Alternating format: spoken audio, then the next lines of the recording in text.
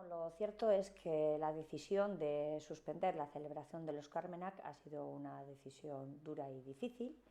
Ayer la concejala de Cultura así se lo trasladó a la Comisión de Fiestas. Es una decisión que hemos compartido con alcaldes y alcaldesas de Ezkerraldea y Meatzaldea.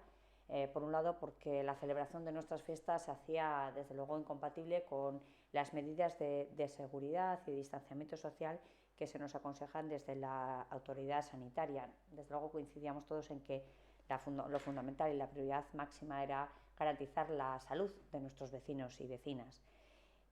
Bueno, como decía, también es cierto que esta crisis del COVID, esta crisis sanitaria, que es también una crisis económica, ha cambiado las prioridades de muchas familias y, por tanto, también tiene que cambiar las prioridades de nuestros ayuntamientos.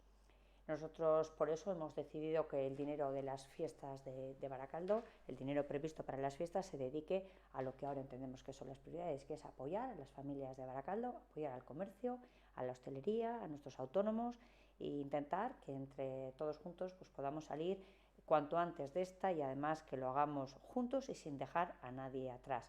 Somos conscientes, como decía, de lo dura y lo difícil que es esta decisión, porque es verdad que las fiestas suponen un elemento de ilusión en la ciudadanía, un momento de compartir.